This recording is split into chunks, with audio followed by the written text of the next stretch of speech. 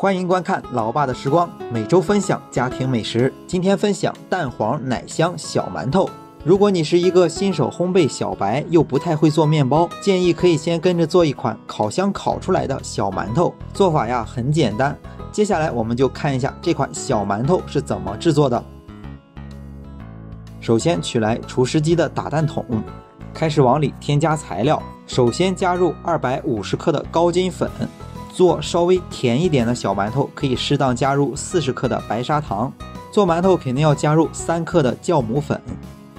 然后取来一个小碗，把准备好的4个鸡蛋、蛋清和蛋黄分离。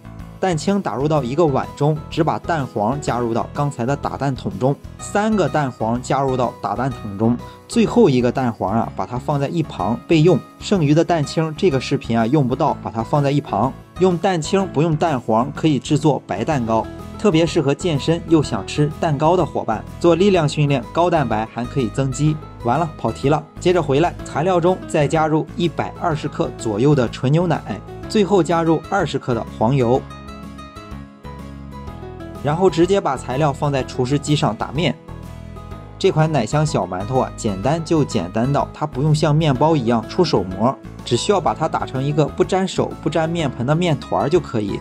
之后也不需要用手大力的去揉它，把它分成4个小面团，简单的把4个小面团揉一下。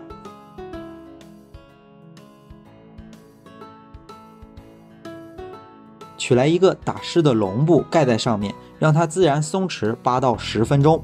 因为高筋粉它的筋性特别大，需要给它松筋。现在南北方的气温差别比较大，怎么确定它松弛好了呢？取过来一个面团，把它给揉成长条状。如果揉起来回缩或者是特别硬，这个时候没有松弛好，需要继续松弛。再松弛一会儿，面团醒发好了，揉起来很轻松。把所有的面团揉成长条状，按照食材的比例大概揉成1拃半长。揉好之后并排起来，用一个擀面杖在上面轻轻的擀一下，让食材的表面变得更平整光滑一点。然后取来一把刀给它切开，切之前要比一下，一般我们家用烤箱是32升至38升之间的居多，那按照这份食材应该是切6段。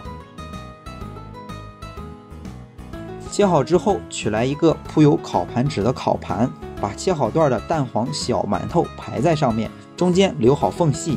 那这样就做了24个小馒头，做起来既简单又出数量。喜欢烘焙的小白，这个方法是不是特别的棒？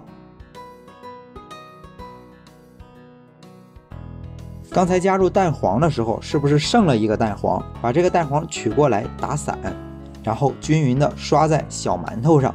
尽量把蛋黄在馒头上刷得厚一点，刷好之后就要放在烤箱里醒发。这款小馒头做出来的口感会稍微硬一点点，这个是这款小馒头的特点，所以在醒发的时候烤箱里不需要放水，醒发到小馒头的体积翻倍，马上就粘连在一起。这个时候醒发好了，就是这个样子。